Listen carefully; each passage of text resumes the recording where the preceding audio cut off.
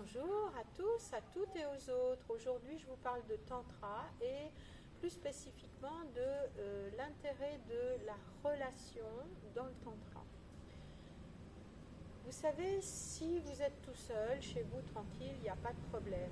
Vous n'êtes pas dérangé, vous pouvez être vous-même, à moins que la solitude vous plaise.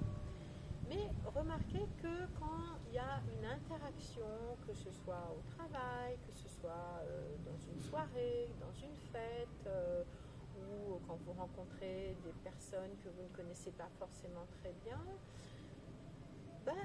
il peut y avoir comme ça un petit moment de flottement, comment je vais aborder les autres, est-ce que je suis à l'aise, est-ce que j'en fais beaucoup pour être vue, reconnue, entendue, ou au contraire, est-ce que je me cache dans un trou de souris?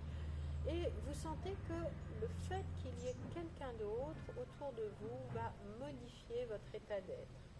Et c'est tout ça qu'on travaille dans le Tantra. Pourquoi? On va travailler d'abord sur la relation à soi, c'est-à-dire quelle relation j'ai avec moi-même, quel jugement j'ai sur moi-même, quelle perception j'ai de moi-même, et tout ça, ça se découvre et ça s'expérimente avec différentes pratiques de Tantra. Quelle relation j'entretiens avec mon corps, quel jugement j'ai sur mon corps, quelle relation j'entretiens dans le fait d'être par exemple une femme et d'être désirable, ou au contraire de ne pas vouloir être désirable. Si je suis un homme, quelle relation j'entretiens avec la compétition avec d'autres hommes au niveau de la séduction, etc. Tout ça, ça va être mis en lumière avec votre pratique de Tantra. Et pourquoi c'est intéressant? C'est parce que une fois que vous aurez pacifié votre relation à vous-même, une fois que vous aurez perçu vos zones d'ombre, c'est-à-dire comment je me cache, comment je me déguise, quel masque social je mets, comment je peux être telle personne au boulot, telle autre personne avec mes potes et une troisième personne dans ma relation. Tout ça est identifié, ce qui va vous permettre d'aller vers l'autre avec plus de conscience, moins de peur, parce que vous aurez visité justement vos zones d'ombre, vous aurez visité vos peurs, vos incertitudes, vos gênes, vos mal-être, et vous allez aller vers l'autre avec beaucoup plus de sérénité, moins d'enjeux, et surtout, vous serez vous-même. Et c'est ça qui est intéressant dans le Tantra, c'est qu'on travaille la relation à soi et la relation à l'autre en même temps.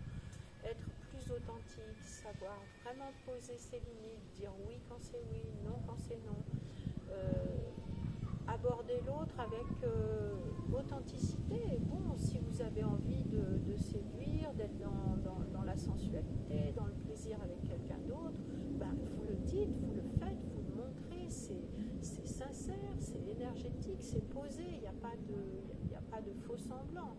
Et puis d'un autre côté, si vous ne souhaitez pas justement, si vous souhaitez une relation tranquille, calme, amicale, vous le posez aussi.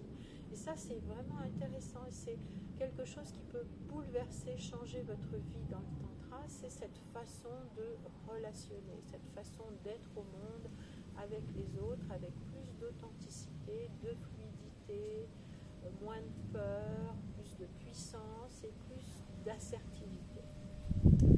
Voilà, c'était donc autour de ce lien entre le Tantra et la relation.